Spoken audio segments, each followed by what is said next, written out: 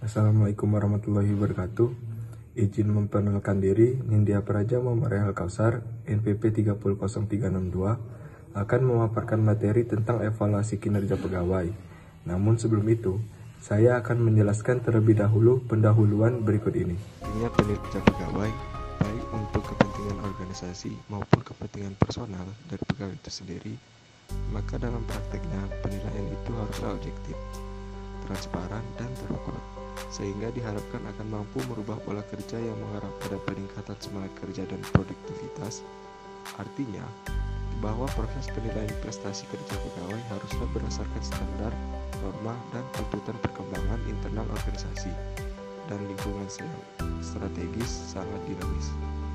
Penilaian kinerja pegawai itu pun bukanlah semata-mata hanya untuk memenuhi formalitas saja, tetapi harus mampu menjadi alat untuk menggerakkan seluruh daya yang dimiliki pegawai agar dapat menjalankan tugas dan kewajiban sebagai bagian dari tanggung jawab yang melekat padanya. Namun, dalam pelaksanaannya, kadangkala penilaian kinerja pegawai tidak mencapai dari suatu target. Maka dari itu, setiap pegawai harus melakukan evaluasi kinerja pegawai. Evaluasi dalam Kamus Besar Bahasa Indonesia berarti penilaian hasil. Menurut Bryan and White 1987, evaluasi adalah upaya untuk mendokumentasi dan melakukan penilaian tentang apa yang terjadi dan juga mengapa hal itu terjadi. Evaluasi yang paling sederhana adalah mengumpulkan informasi tentang keadaan sebelum dan sesudah pelaksanaan suatu program atau rencana. Evaluasi kinerja atau performance evaluation dalam organisasi publik merupakan peran kunci dalam pengembangan pegawai dan produktivitas mereka. Evaluasi kinerja pada prinsipnya merupakan manifestasi dari bentuk penilaian kinerja seorang pegawai. Penilaian kerja memberikan gambaran tentang keadaan pegawai dan sekaligus dapat memberikan feedback atau umpan balik.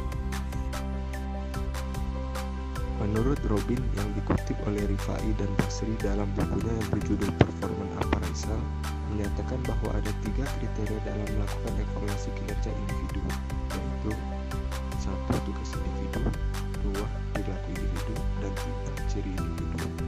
Kemudian, hasil evaluasi kinerja individu dapat dimanfaatkan untuk banyak penggunaan, di antaranya peningkatan kinerja, pengembangan SDM, pemberian kompensasi, program peningkatan produktivitas, program kepegawaian, dan menghindari perlakuan diskriminasi. Tujuan dari evaluasi kinerja pada dasarnya ialah guna menjamin pencapaian sasaran dan tujuan instansi atau organisasi, dan juga untuk mengetahui proses organisasi dan tingkat pencapaian sasarannya, terutama untuk mengetahui bila terjadinya keterlambatan atau penyimpangan supaya segera diperbaiki sehingga sasaran atau tujuan tercapai. Pencapaian tujuan yang telah ditetapkan merupakan salah satu tolak ukur kinerja individu. 1. Sebagai dasar dalam pengambilan keputusan yang digunakan untuk promosi, demosi, pemberhentian, dan penetapan besarnya balas jasa. 2. Untuk mengukur prestasi kerja, yaitu sejauh mana pegawai bisa sukses dalam pekerjaannya. 3. Sebagai dasar untuk mengetahui efektivitas seluruh kegiatan dalam instansi. 4. Sebagai dasar untuk mengevaluasi program latihan dan keefektifan jadwal kerja, metode kerja, struktur organisasi, gaya pengawasan, dan peralatan kerja. 5. Sebagai indikator untuk menentukan kebutuhan akan latihan bagi pegawai yang berada dalam organisasi. Adapun tujuan dari evaluasi kinerja menurut Ivan Cevic 1992 antara lain: 1. Pengembangan dapat digunakan untuk menentukan pegawai yang perlu di-training dan membantu evaluasi hasil training, dan juga dapat membantu pelaksanaan konseling antara atasan dan bawahan sehingga dapat dicapai usaha-usaha pemecahan masalah yang dihadapi pegawai. 2. Pemberian reward dapat digunakan untuk proses penentuan kenaikan gaji, insentif, dan promosi. Berbagai organisasi juga menggunakan untuk memberhentikan pegawai. 3. Motivasi dapat digunakan untuk memotivasi pegawai, mengembangkan inisiatif, rasa tanggung jawab, sehingga mereka terdorong untuk meningkatkan kinerja. 4. Perencanaan SDM dapat bermanfaat bagi pengembangan keahlian dan keterampilan serta perencanaan SDM. 5. Kompensasi dapat memberikan informasi yang digunakan untuk menentukan apa yang harus diberikan kepada pegawai yang berkinerja tinggi atau rendah dan bagaimana prinsip pemberian kompensasi yang adil. 6. Komunikasi evaluasi merupakan dasar untuk komunikasi yang berkelanjutan antara atasan dan bawahan yang menyangkut kinerja pegawai. Untuk melaksanakan ketentuan pasal 61 ayat 1 Peraturan Pemerintah Nomor 30 Tahun 2019 tentang penilaian kinerja PNS, perlu ditetapkan Peraturan Menteri Pendayagunaan Aparatur Negara dan Reformasi Birokrasi tentang Sistem Manajemen Kinerja Pegawai Negeri Sipil. Sistem manajemen kinerja PNS terdiri dari perencanaan kinerja, pelaksanaan, pemantauan, dan pembinaan kinerja, penilaian kinerja, tindak lanjut, dan sistem informasi kinerja PNS. Ketentuan teknis tentang penilaian kinerja pegawai negeri sipil diatur lebih lanjut dalam Peraturan Menteri Pendayagunaan Aparatur Negara dan Reformasi Birokrasi Nomor 8 Tahun 2021. Peraturan ini memperjelas peran, tugas, dan tanggung jawab pegawai dalam pencapaian tujuan dan sasaran organisasi. Langkah awal dalam perencanaan kinerja adalah melakukan penyusunan rencana sasaran kinerja pegawai SKP secara berjenjang dari pejabat pimpinan tinggi atau pejabat pimpinan unit kerja mandiri ke pejabat administrasi dan pejabat fungsional dengan memperhatikan tingkatan jabatan pada instansi pemerintah. Selanjutnya, mari kita pelajari cara penilaian perilaku kerja. Penilaian perilaku kerja dilakukan dengan membandingkan standar atau level setiap aspek perilaku kerja yang dipersyaratkan dalam jabatan dengan penilaian perilaku kerja dalam jabatan.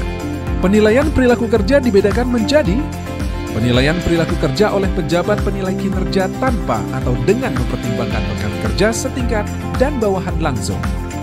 Mari kita lihat lebih detail. Untuk penilaian perilaku kerja oleh pejabat penilai kinerja tanpa mempertimbangkan rekan kerja setingkat dan bawahan langsung, dilakukan dengan cara pengamatan. Pejabat penilai kinerja mengamati kesesuaian tingkah laku, sikap, atau tindakan pegawai dengan indikator perilaku kerja yang dipersyaratkan dalam jabatan. Untuk penilaian perilaku kerja oleh pejabat penilai kinerja dengan mempertimbangkan rekan kerja setingkat dan bawahan langsung, dilakukan dengan survei secara tertutup. Pejabat penilai kinerja memberikan penilaian terhadap unsur perilaku kerja dengan bobot 60%, sedangkan rekan kerja setingkat dan bawahan langsung memberikan penilaian dengan bobot 40%. Penilaian kinerja akhir dilakukan dengan menggabungkan nilai hasil penilaian SKP dan hasil penilaian perilaku kerja. Berikut adalah pembobotan nilainya.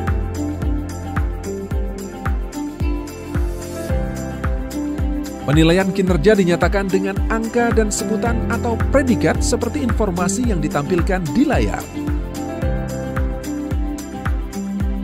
Ingatlah, penilaian kinerja dilakukan setiap akhir bulan Desember pada tahun berjalan dan paling lama akhir bulan Januari tahun berikutnya.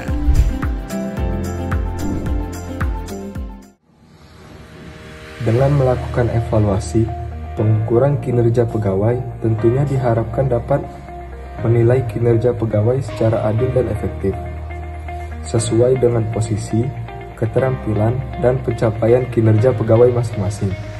Kesuksesan sebuah organisasi ataupun instansi ditentukan dari kinerja dan kesejahteraan pegawainya. Oleh karena itu, untuk meraih kesuksesan tersebut, dibutuhkan struktur manajemen dasar yang kuat, salah satunya dengan melakukan evaluasi kinerja ini.